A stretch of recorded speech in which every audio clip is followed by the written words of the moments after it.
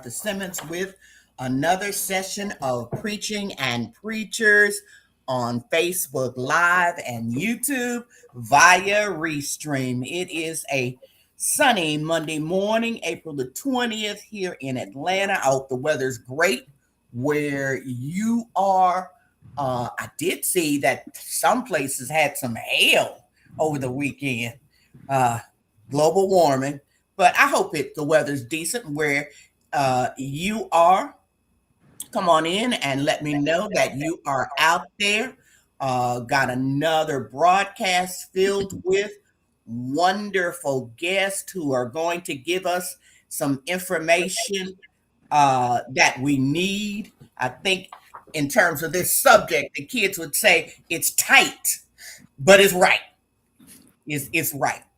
And I know that people are going to be helped by this. And it's one of those broadcasts that I also know is going to sit out there. People will get the word about it and they will say, I know I need to listen to that.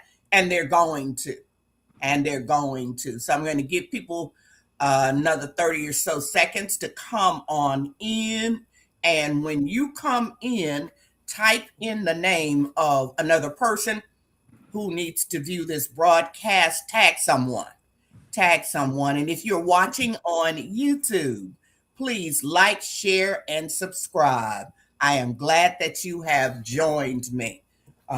Should have been doing YouTube a lot sooner, but we are on YouTube, and I always appreciate when I get those notices that say, and so and so and so and so and so and so subscribe to your channel. So I am glad to have you with me. Folk are here. I'm going to give people about 10 more seconds. And let me make sure I got that chat on. So, got it on. Because I also want you to ask questions. I don't know how much time you're going to have for it, but I'm going to try to give at least a couple of minutes for people who have questions. So go ahead and ask your questions. We'll try to get to them. Let's go ahead and get started. As always, I am praying for those who are sick, praying for those experiencing a season of bereavement. And then we're praying for all of those who are fighting against sexual assault in any way that they can. I'm thankful to the guy who just developed a whole website, and it's namehim.io. Someone else had namehim.com, and they want a lot of money for it. But the gentleman he put the website up, namehim.io, because he was so outraged by the news that we received saying that 62 million individuals visited a website in February on how to assault and rape women, even if they were your wives. And then in March, that number was 82 million visitors to that site. And so we're praying about that. And I'll have more to say about that in a week or so. If you're on Facebook, again, please type in the name of another person, tag somebody. If you're on YouTube, please like, share, and subscribe. Upcoming broadcast next Monday, I think that's the 27th. Please join me along with Dr. Starsky Wilson, the CEO of the Children's Defense Fund. He's going to help us understand ways that we can help and support our children in these difficult moments. But today, we want to talk about church mergers. This is a subject that stays on my mind because I study churches, especially the Black church. And in 2025, 10,000 churches closed. Now, I say 10,000 because you can track that number. Other sites like Lifeway, the Council of Churches, etc., they say the number was high as 15,000. But you can track the 10. And it's 2026 is looking the same way. it's looking the same way. And we just don't talk about it. And in some instances in Black churches, we don't even track the numbers as denominations. But because of AI, entities are now able to go into the states, go into their data, look at the real estate holdings, and they can see there was a business here, there was a church here, et cetera, and they can, so they're really counting those numbers now. That's how we know at least 10,000 closed in 2025, and looking at the closings already for January, February, March, the numbers will blow your mind. They will just blow your mind. And so I want to be an advocate of saying to Black folk, because we don't tend to let go easily, because what we've obtained in terms of churches, and churches matter so much to us, we're not trying to let go of it. But I contend that it's better to let go via merger than it is to sit by and let it die. So today I've got 3 people who have done it. Been there, done that. They got the t-shirts. First, we have Reverend Cean James. He is the senior pastor of Salt and Light, an interdenominational, intergenerational congregation working and worshiping in Southwest Philadelphia and Mount Airy. It's one of the fastest growing churches in the country. He completed his undergraduate work at Florida Agricultural and Mechanical University with a BS in biology. He received the MDiv from Lutheran Theological Seminary, and he has done some doctoral work at Lancaster Theological Seminary. At the beginning of 2026, he ended a 9-year period where he had served the wider church as the Associate Conference Minister of Congregational Development for the Pennsylvania Southeastern Conference of the UCC Church. Let me see what else I want to tell you about him. He's on the board of directors for United Lutheran Seminary. And in 2025, he was awarded the President's Volunteer Service Award by President Biden for his dedicated service to the people of Southwest Philadelphia. Then we have the Reverend Eustacia Moffett Marshall, PhD. She's called for such a time as this. She is the founding pastor of New River Presbyterian Church in Philadelphia as well. And she brought together 3 churches, First African, Good Shepherd, and Calvin Presbyterian Church were all brought together under her leadership. Prior to that, prior to her pastoral tenure in Philadelphia, she served churches in New Jersey and North Carolina, and she's been in full-time pastoral ministry now for 17 years. She served as the board of trustees, the chair of the board of trustees for the Presbyterian Foundation. And if you all don't know how big that is, you need to Google that. She was the first Black woman and one of the youngest, meaning under the age of 40, to serve in that role. She completed her Bachelor of Arts in Psychology from Stanford.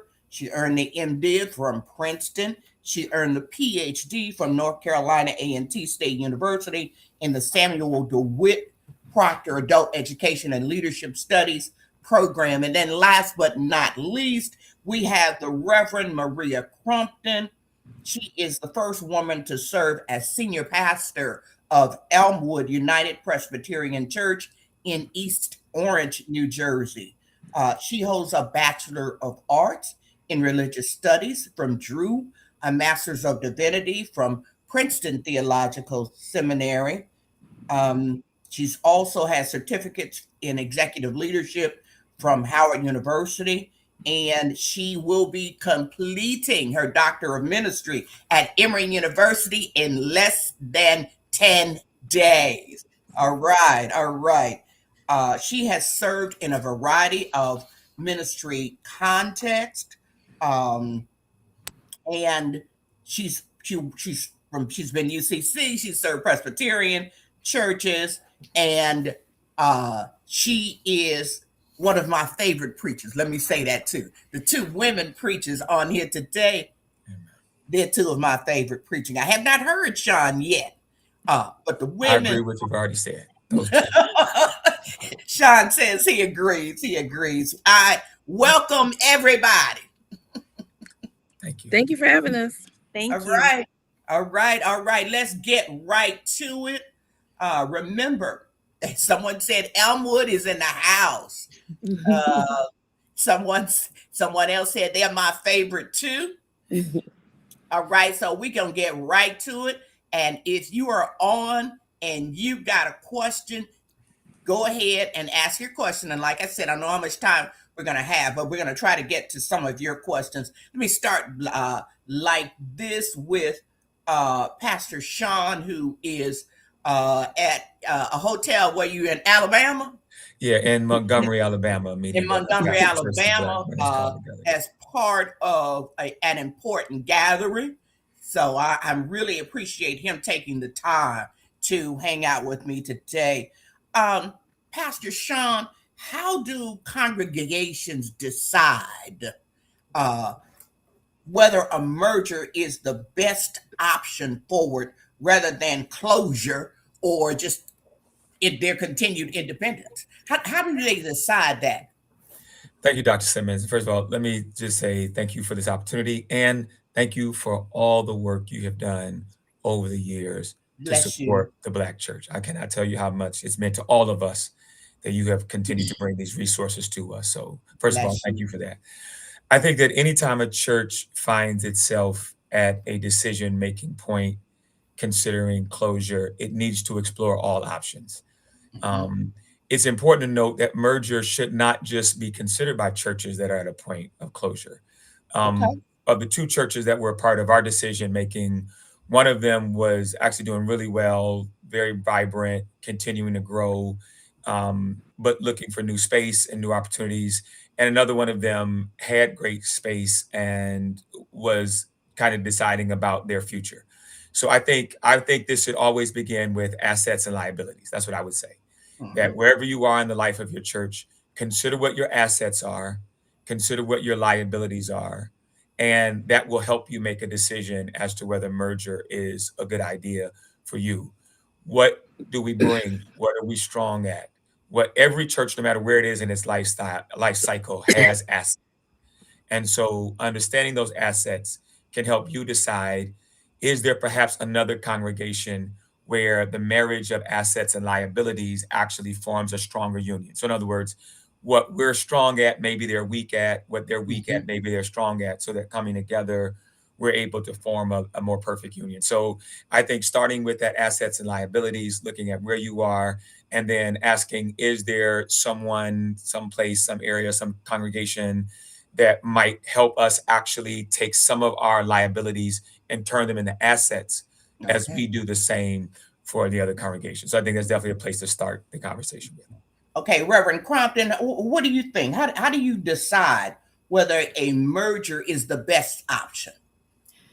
So let me say this up front. Our situation at Elmwood was a little different than what people typically think of when they hear church merger. Mhm. We weren't deciding between merging with another church or closing.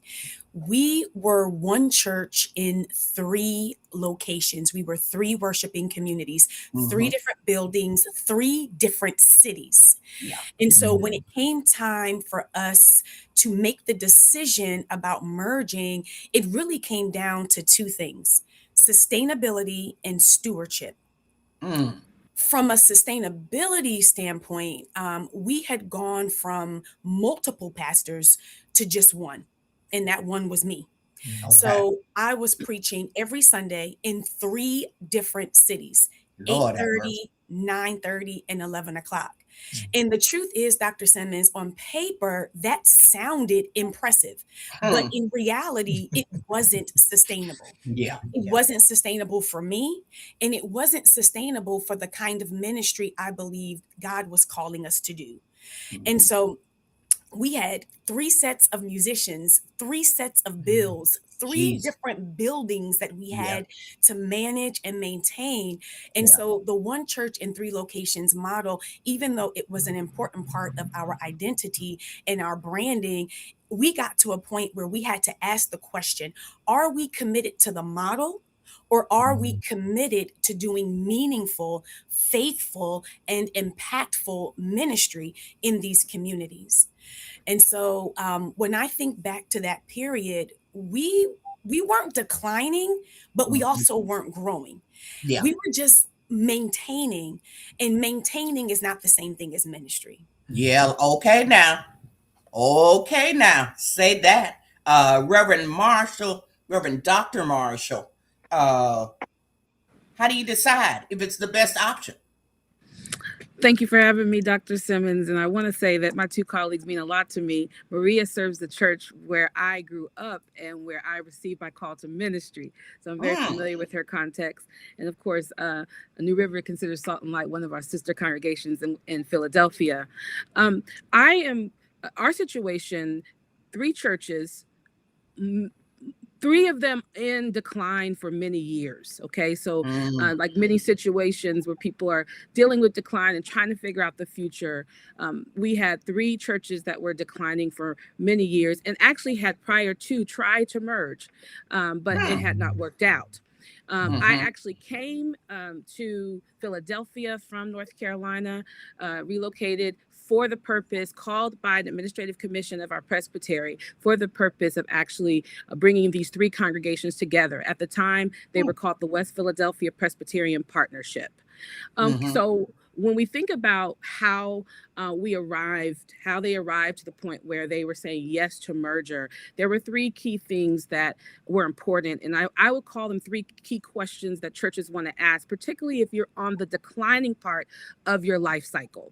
And the first one is, are you a church that wants to grow, or are you a church that's just trying not to die?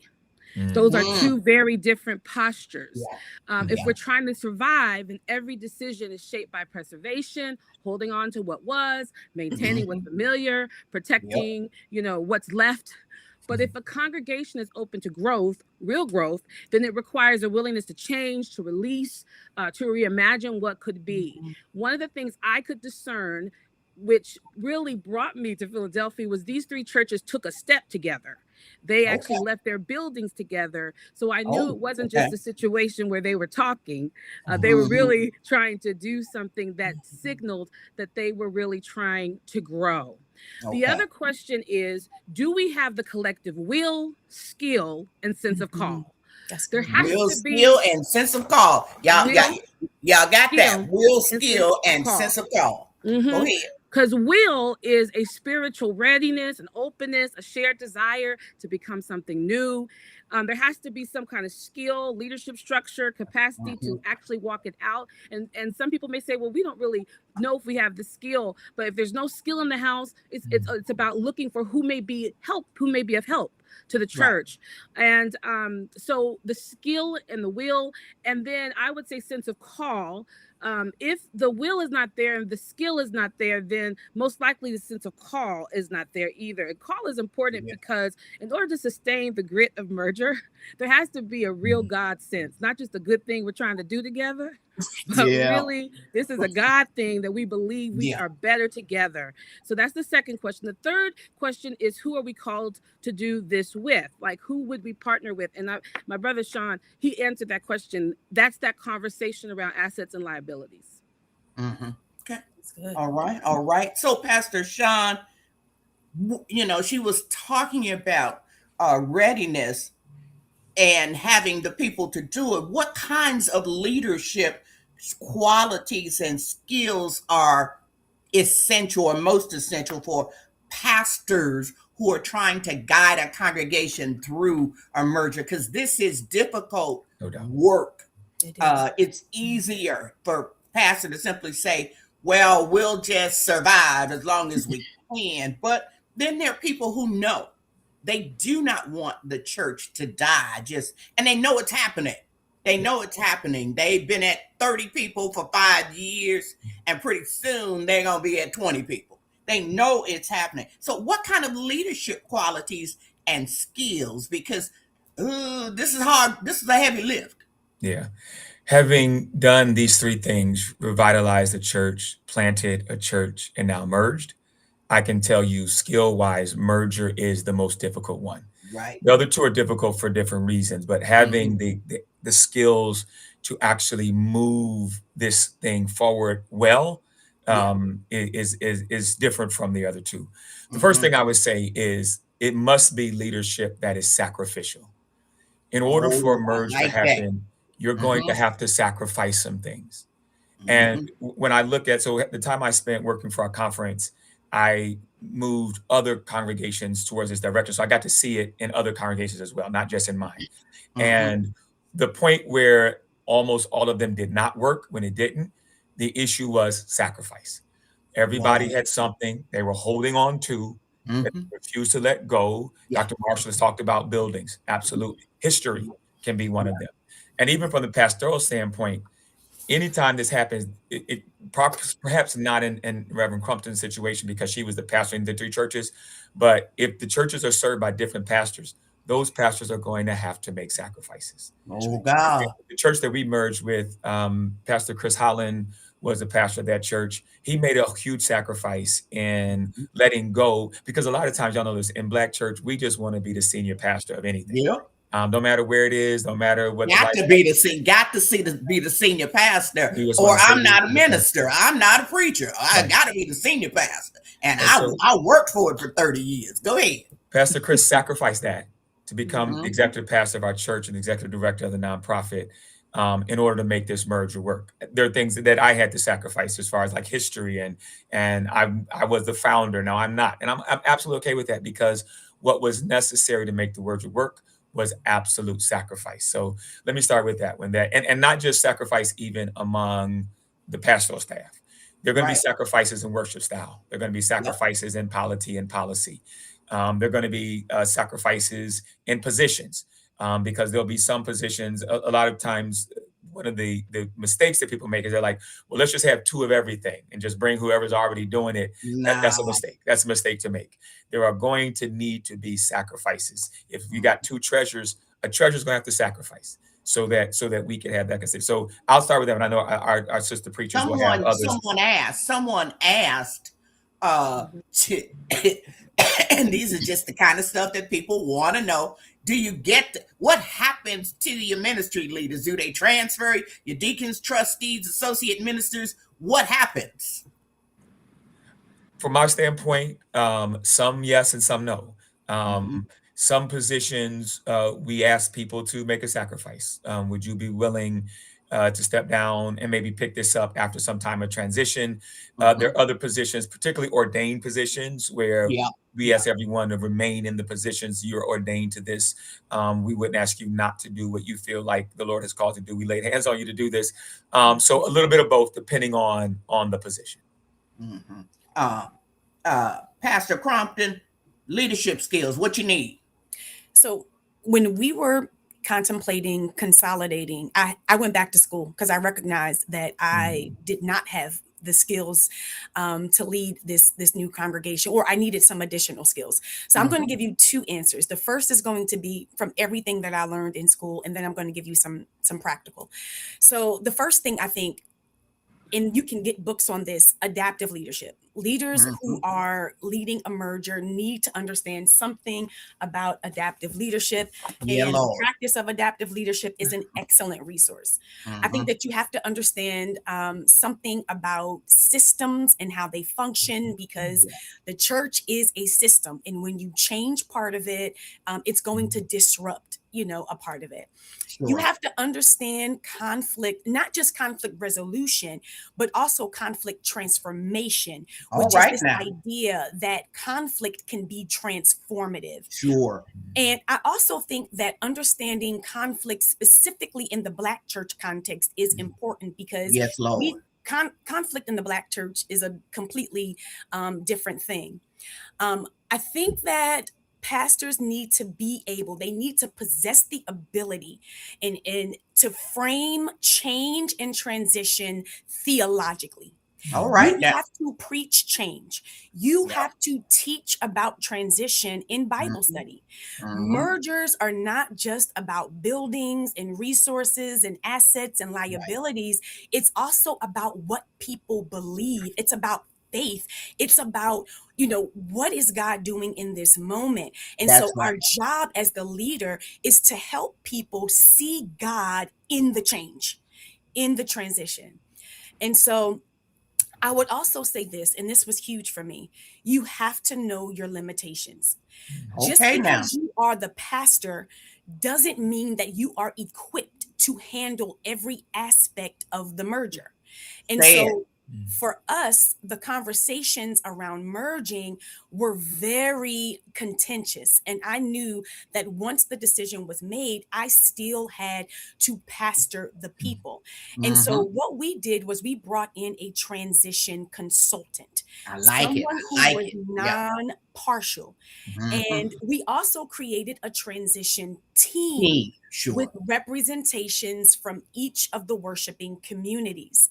And so what that did was it took me out of being like the sole face of the transition, and it freed me up so that I could pastor the people. I could pastor them through the grief and the loss and the pain. And so I think a big part of leadership in this season is knowing when you have reached your capacity and having the wisdom and the humility and the willingness to sacrifice, like my brother shared, to bring in the support that you need. Pastor Eustacia, what leadership skills? I mean, you went and got a PhD looking at some of this stuff. What skills do people need to bring to the table? So for my context, and for many churches that are dealing with being on the decline and thinking through coming together, there's three things I think are really key for pastors. One is being skilled with change management. The pastor has to shepherd or guide people through significant change, and what the pastors, what we've heard so far is really about change management, right? And so being an architect of inclusive and clear and transparent processes, people need to know where we are on the journey. We need pastors that have emotional intelligence, that EQ, very self-aware, socially aware, able to self-regulate through that conflict. Pastors with strong interpersonal skills and communication skills, which Pastor Maria just spoke about so beautifully, and utilizing the space of preaching and Bible study. Those are powerful spaces in which we can help coach people, guide people through change. So change management, then skilled in systems management. Pastors must understand how to get things done in their context, from governance, property, finances, personnel, the communication systems. Competency builds trust. And where there's confusion in these matters, there will be conflict. So we need to understand how our churches actually function, and not just what's written in bylaws or policy or polity, but the informal networks and relationships that shape decision making. So competent administration is important, and I consider administration a form of pastoral care. That's also a way where spiritual formation and discipleship can happen, and that's another conversation for another day, but that's an important piece, skills for systems management. And then finally, a commitment to pray. We need a commitment to spiritual vitality. Jesus said, I'm the vine, you're the branches. So we as pastors, it's important that we stay connected to the vine, especially when the path isn't clear. This is spiritual work, and we need a strong prayer life, to listen for guidance, to remain a non-anxious presence, and to serve from approval and not for approval, because that will help when conflict happens, and we can use that conflict to be constructive and transformative. Because there will be spiritual warfare. Oh, absolutely. Yes. especially when you try to change and people say take away their sacred cows. Yes. Okay. When the person who's the chair of the deacon board find out that they're no longer the chair, when that Yes. women's department shifts, when that committee, you know, they're told, you know what, you all haven't done anything in a decade, but there are a couple of people whose their lives revolve around saying they and all of those things. Okay, you have to be able to deal with in terms of conflicts and in terms of how you manage people. Pastor Cean, how do you care for folk who are grieving the loss of what they call their church while you're forging the identity of the new merged congregation? How do you help folk grieve that loss? Because it's a significant loss. There are people who they loved their church, they helped build their church, they gave money, they gave time. You know, they've been part of the backbone structure. That's how they are part of their formation as a Christian. So how do you help people grieve that while you are also at the same time trying to forge the identity of the merged church? Yeah. This is, I think, where leadership becomes very important, because there are a couple of aspects of church merger where you're going to need to be a strong leader, particularly in spiritual matters, in pushing people in a direction that is more positive and more healthy, right? We know church folk have a strange sense of nostalgia, and they'll make what's behind them seem so much better than what's in front of them.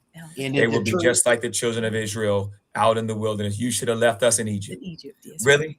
We should have left y'all in slavery. So And for they me, really it do is mean that, yes. because they're holding on to that Right. nostalgia hard. They know So what that. we're gonna do is we're gonna mourn it. We're gonna Mhm. celebrate what's in the past. And if I'm honest with you, after that, we're letting it go. For us, it was a part of the name change. I don't even mention the name of my former church in particular anymore, because I wanted everyone to know we're letting this go. When I talk history, we'll talk about the things that these streams that brought our congregations together, but we're pointing more to what's in front of us than what's behind us. I would hasten or actually tell people, please be very careful about doing a merger where you spend more time looking in your rear view mirror than you do looking in your windshield. All right. Celebrate it. Thank God for it. It's gotten us to where we are. But if we're going to press towards the mark, we got to press towards the mark. So yes, we're going to celebrate. And what you're going to find out in that celebration is, again, nostalgia is amazing, and people are always going to remember things that's so much better than they actually were. But the sooner you can help people move on, moving towards what's next, is a really, really important step in all of this. I've seen congregations struggle with merger when every year they want to go back and look at what's behind them. I'm like, no, thank God for what's back there. We need to have another anniversary celebrating this. And remember when we celebrated the anniversary for the PQ Circle? Honey, the PQ Circle, it doesn't exist anymore. Yes, It doesn't ma'am. exist. Yes, ma'am. Pastor Maria, how do you get them to do it? How do you help people grieve while moving toward the church that's already merged? Reverend Eustacia said something that I think is important. The leader must have emotional intelligence. All right now. One of the things I discovered is that the people who were most resistant to the merger, it wasn't because they resist change.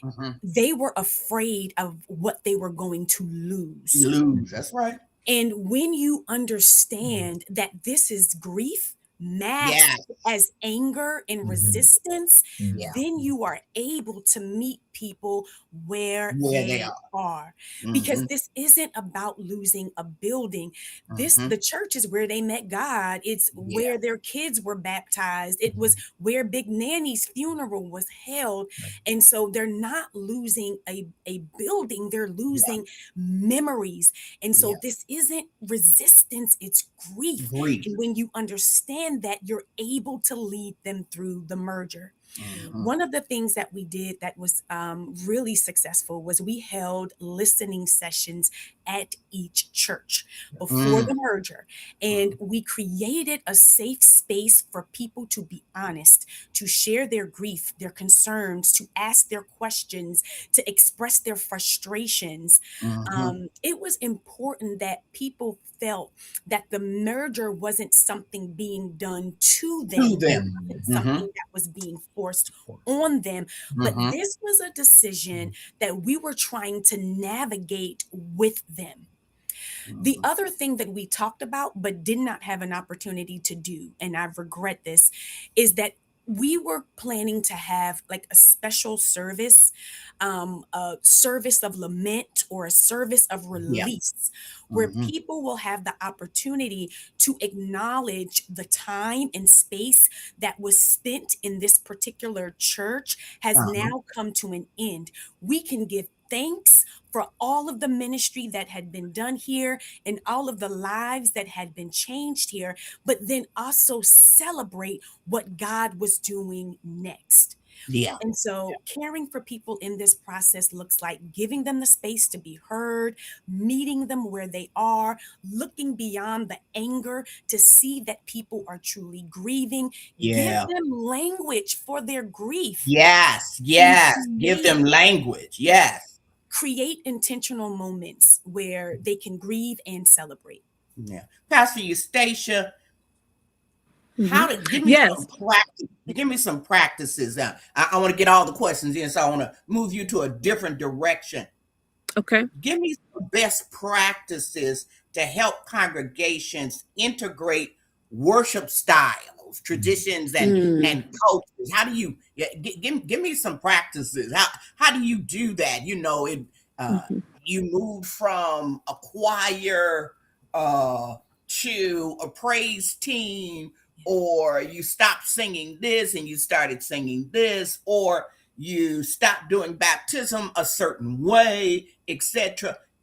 Help congregations do some integration of, the worship and the ritual traditions. Yes. Now, I have a background in music ministry. So before I went to seminary, I was actually a full-time minister of music as associate minister of music at Elmwood. So I have some experience with doing like culture work and transitioning cultures in terms of music ministry. Done it twice at two different churches. And I have a process, and I use the same process with this merger. And I call it my STEP process. Like it's an acronym, like step into a new season. And so it's survey, teach, expose, and plan. When I'm dealing with worship, survey, teach, expose, and plan. Go ahead.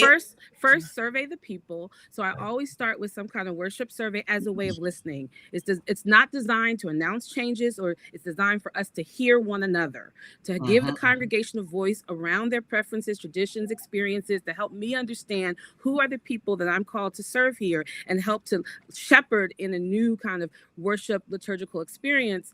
And then we always report back what we hear so that we can learn from one another, because people are more open to movement when they feel heard first. Absolutely. So survey the people. Second, teach the truth. I always help people understand that actually tradition doesn't really change, but the way we express it does. Yes. So the tradition is the proclamation of the liberating, loving, saving grace of Jesus Christ. We preach the gospel in worship, but every church will express that gospel truth differently in different seasons and in different generations. And we can change our method and still be true to what really matters. And so as long as that method doesn't compromise the integrity of the gospel, just teaching and helping people understand that we are actually not changing tradition, we are changing the way it is expressed, and giving that reframing has been helpful. And then doing like what Reverend Crompton said, sometimes it's bringing in a neutral voice, someone else to even speak to that. Thirdly, has to do with exposing people to different worship cultures, creating opportunities for people to experience different expressions of worship. One thing that happened 8 months after I came to Philadelphia, we were in pandemic. And our church was not actually worshiping in one of a building that was our own. So we spent 3 years on Zoom. Well, Whoa. that was a strange grace because that exposed us to different Mm-hmm. ways of worshiping, different styles. And so the congregation kind of got integrated into many different ways and forms. And that took hold so that by the time we started our on-site in-person worship, we were with the full band and, moving into a different kind of expression that is aligned with our mission. And the Mm-hmm. fourth piece is planning. So as change is on the horizon, establish a small team of leaders that include someone from each church. So we had 3 churches. So we had someone from each church together map out the steps for what this new season of worship is about and why, and help that team give voice to everybody else. Because sometimes when people hear the pastor talking, they think, oh, it's just the pastor's thing. But when they Yeah. see themselves talking, it helps them to buy in and own the change and the integration of what we're trying to do as we blend different worship cultures. And then plan with purpose in mind. Anchor the plan and the mission of the new congregation. It's not just about what we prefer, but who is our neighbor?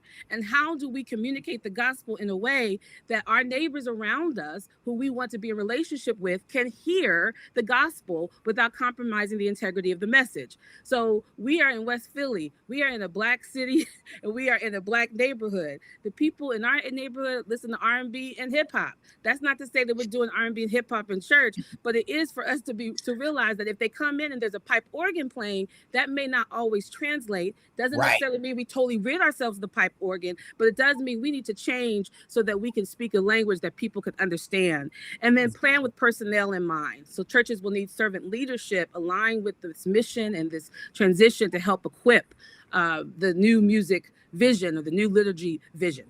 And they may also just need a new minister of music. They may need new music. Yeah, just playing with all of that, all of that in mind. Pastor Cean, when key structures, your governance, property, finances, etc., how, those kinds of things, what should you clarify early to build a healthy merger? Is it the governance, the property, the finances? What should you clarify early?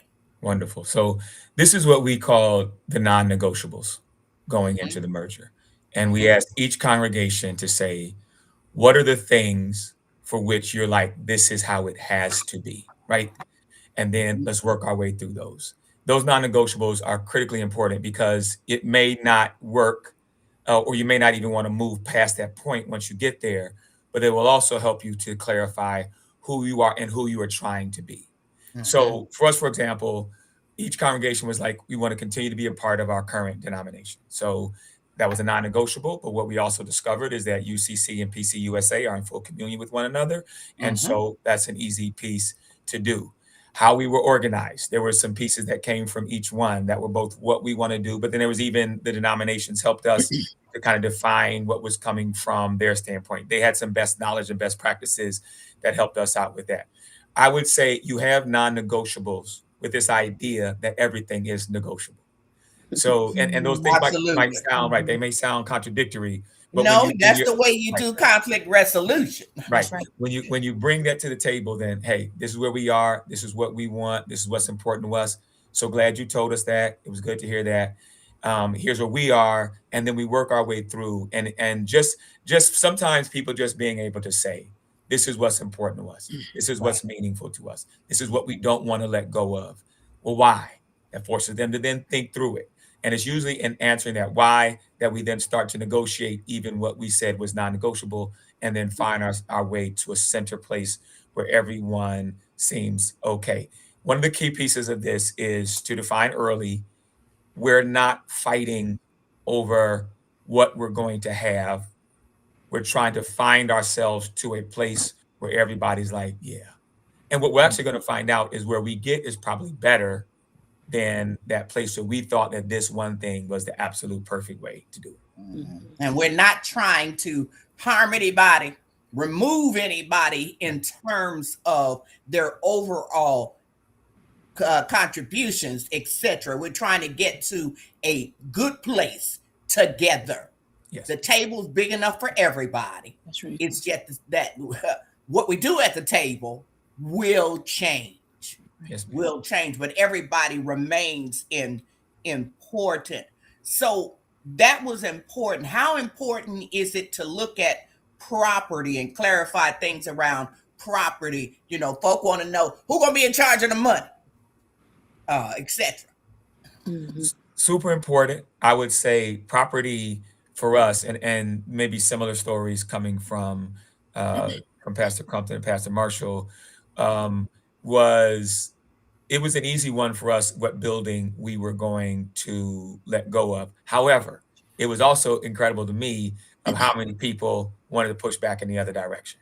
So that property conversation, as I'm sure both of them had, like the people have their reasons. Those property conversations really have to be laid out in a way where you make the argument most obvious, understanding that people's are going to be, it's an emotionalism, what Reverend Crompton was talking about.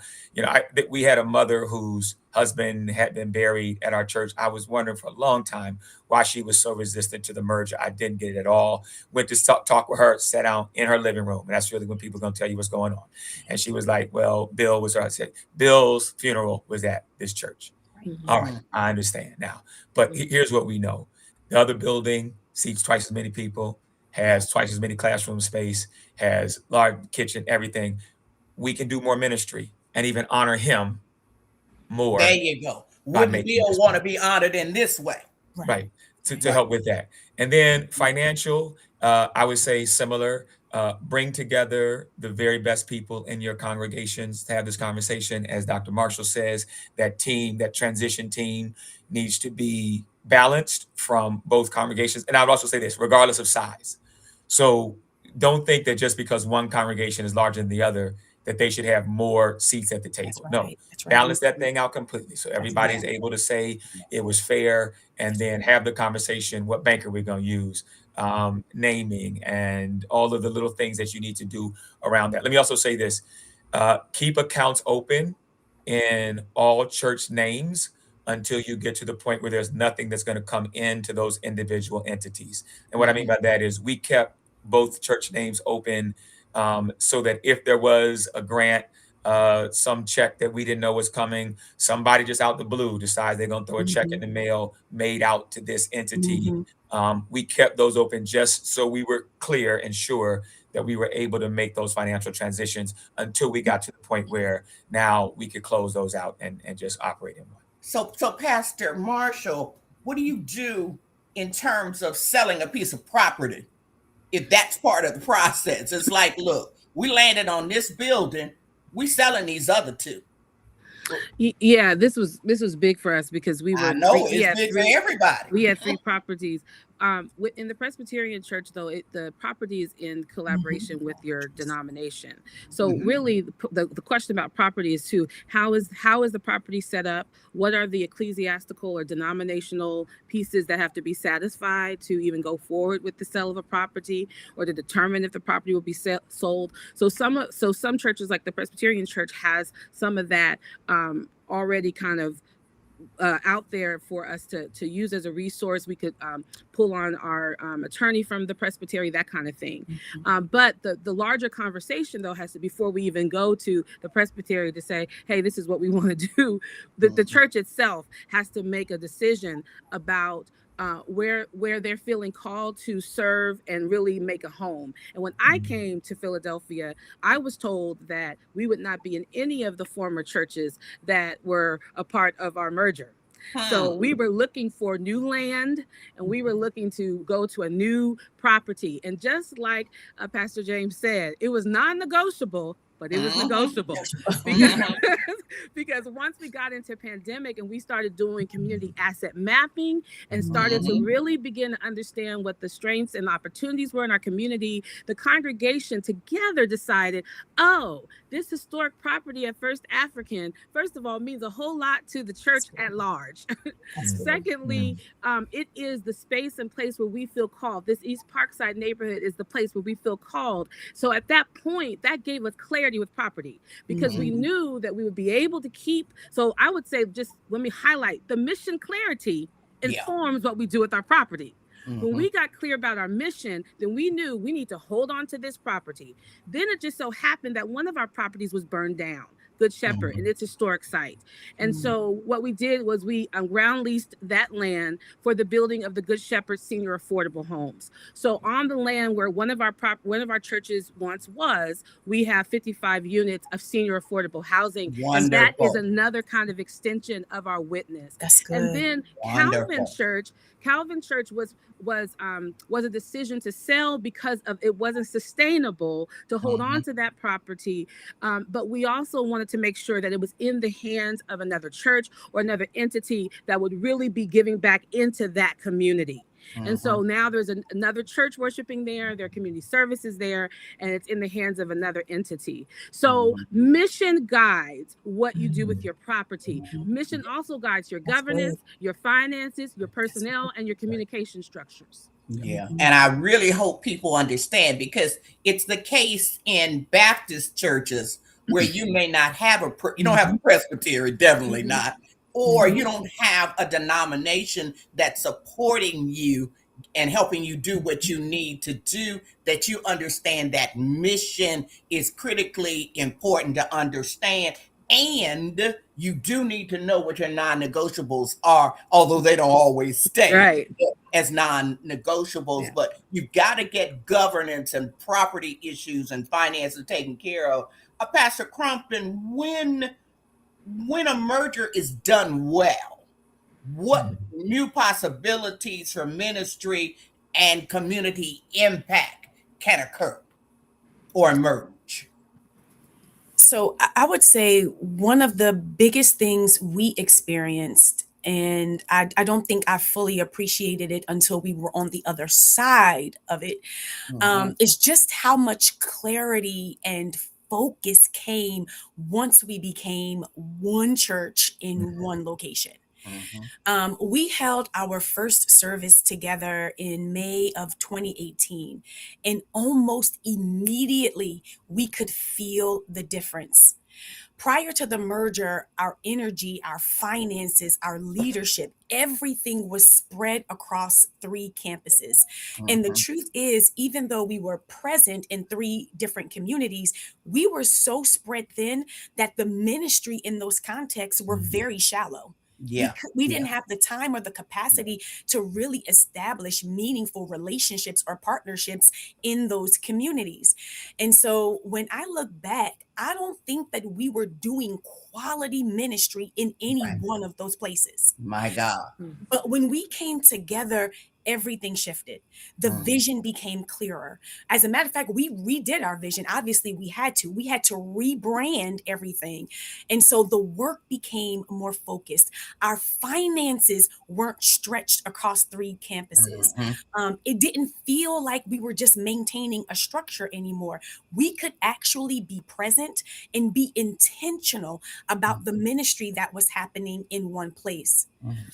Here is where I believe new possibilities start to emerge, because now we're asking, we're moving, the question changes, right? From how do we keep all of this going, which was the question that guided us when we were spread across these 3 campuses. And now we're asking, what is God calling us to do right here in this community with these people and with the resources that we have?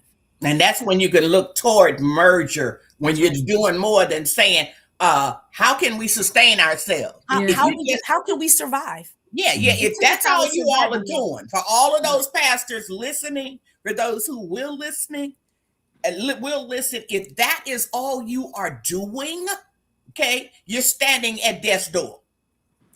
That's where you're standing. And you need to really know that if all you're doing is surviving. Go ahead, Pastor Crompton. One more thing that I will say, the merger strengthened the community within the church, because instead of being spread across these 3 campuses, we were now in one place, one service, worshiping together, and it strengthened. And I could see it. There are deeper relationships in the church now. There is a stronger sense of connection and community now. And so I think that when mergers are done well, what emerges is clarity, focus, us stronger community, more meaningful partnerships, and the ability to move from just maintaining to actually doing meaningful ministry. Pastor Sean, you've done some incredible work with Salt and Light. So what kind of impact emerged because of the merger? So the possibility to expand our ministry in a way that was unconventional really is what the merger brought for us. Mhm. Let's now imagine innovative ways of doing ministry that really are going to meet the needs of the people. Let me give you one good example is a ministry that we now call Bethesda's Pool. This came out of COVID, as during COVID, because we had so many young people, particularly young adults, who were not averse to therapy, we were getting swamped by requests for therapy that I was trying to handle all by myself. And then Pastor Chris helped me, Pastor Sherrell, our youth pastor. We got to the point where we were like, we got to do something different. Because of the merger, because of all of these additional resources that we had, we got UCC resources, we got Presbyterian resources. We're able to kind of pick from all these different trees.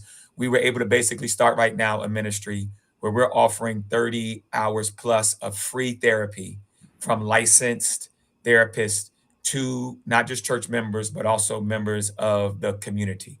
It All right. is an incredible ministry. The blessing that it's having on people is incredible. Folk who, the expression, Black people don't go to therapy, Black people go to church.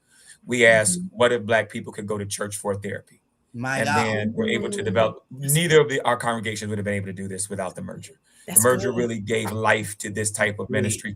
And the great thing about a merger is you can now bring up some new stuff and blame it on the merger.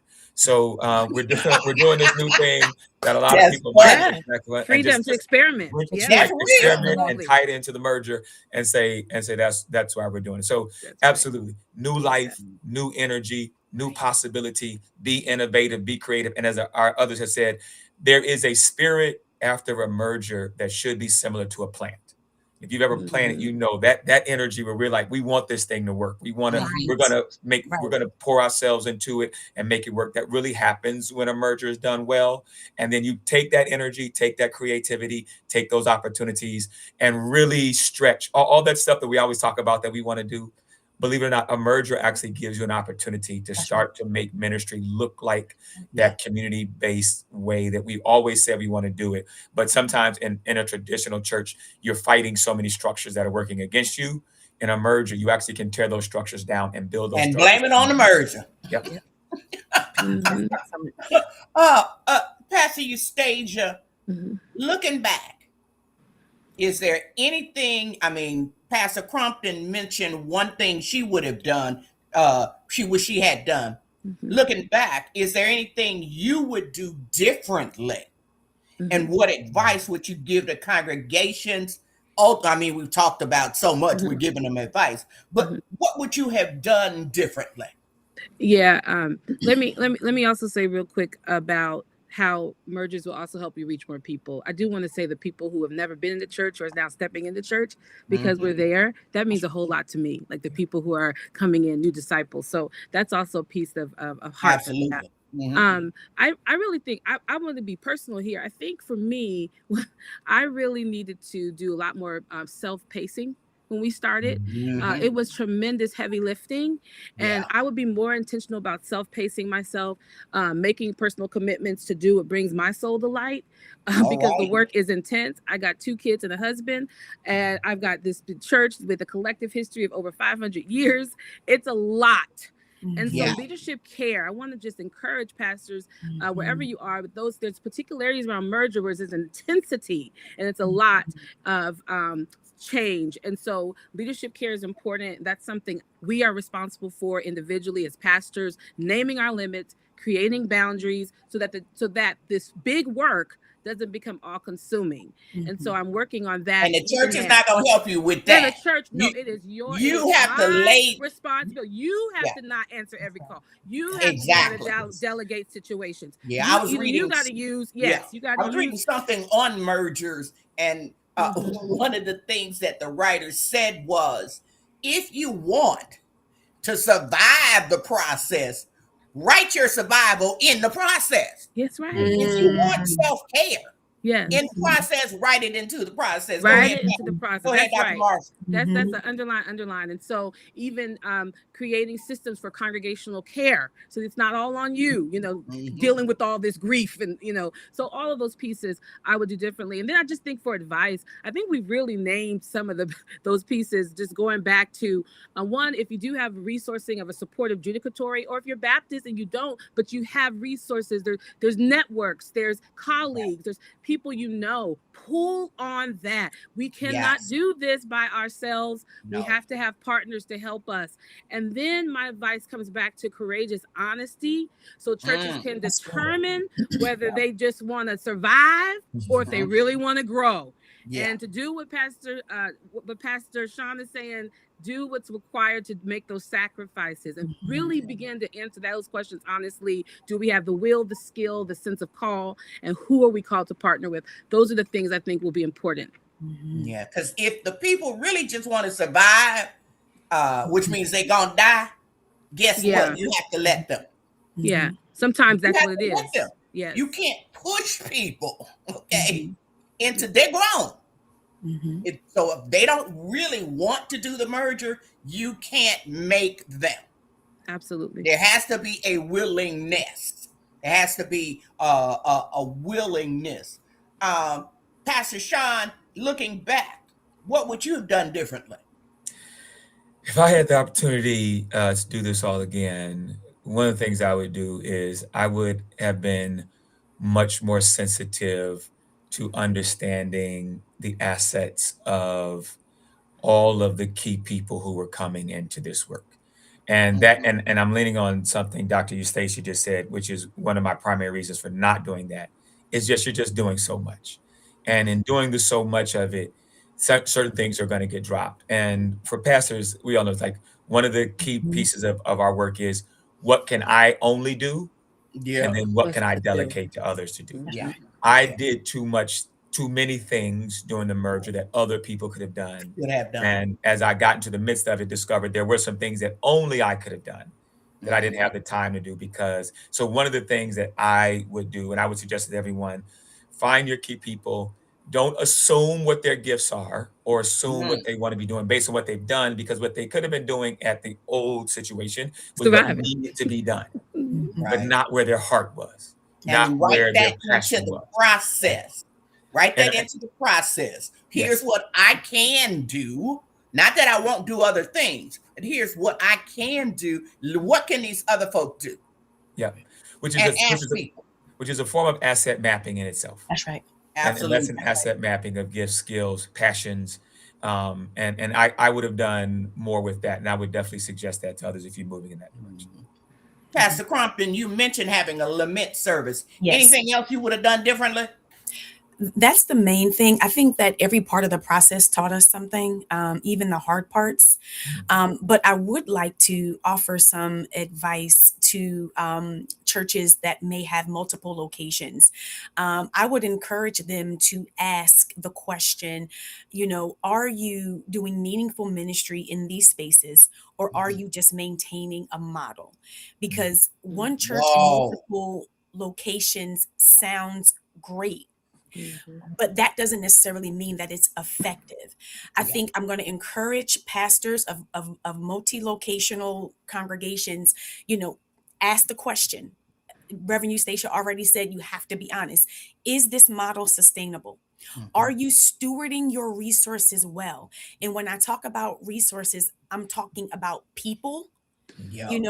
Because I wasn't the only one traveling from campus to campus 8, 9, 30, right? I had musicians that were traveling with me, and I had a team, my worship coordinator traveling with me. So are we stewarding our resources, our people, our finances, our leadership capacity?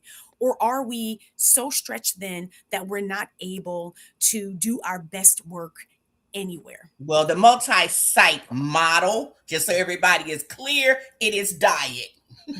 Just so everybody is clear, okay? So don't expect in 27, 28, we're going to see a lot of multi-site churches. No, you won't. No, you won't, for a million reasons. And I started this conversation with 10,000 churches closed in 2025. So, don't hang on. You don't have to worry about hanging on to that model. The life cycle of Christianity in America is moving that model. I am out of time. I mean, good gracious. I mean, there's so much more I'd love to have my wonderful guest talk with us about, but I also respect and appreciate people's time.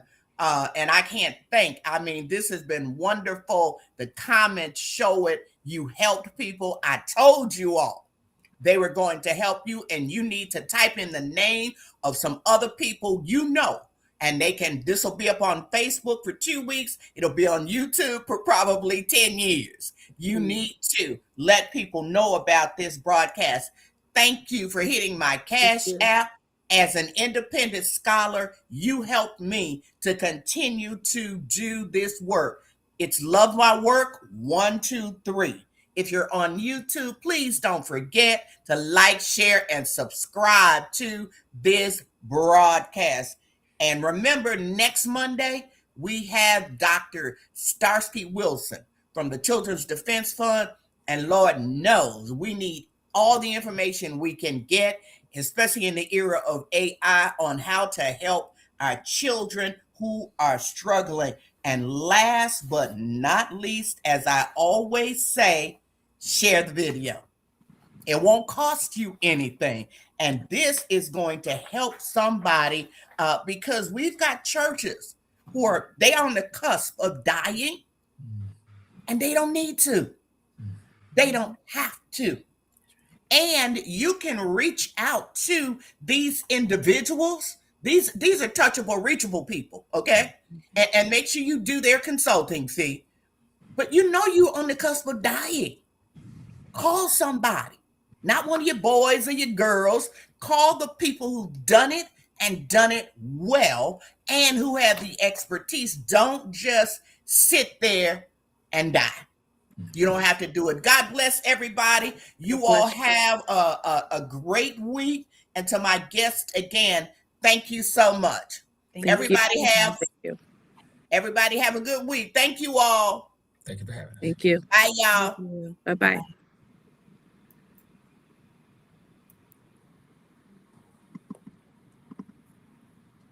Bye, y'all.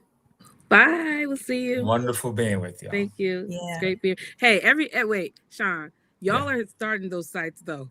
You are an anomaly. Yeah. And one of the blessings is at our extra site now, we have such little cost.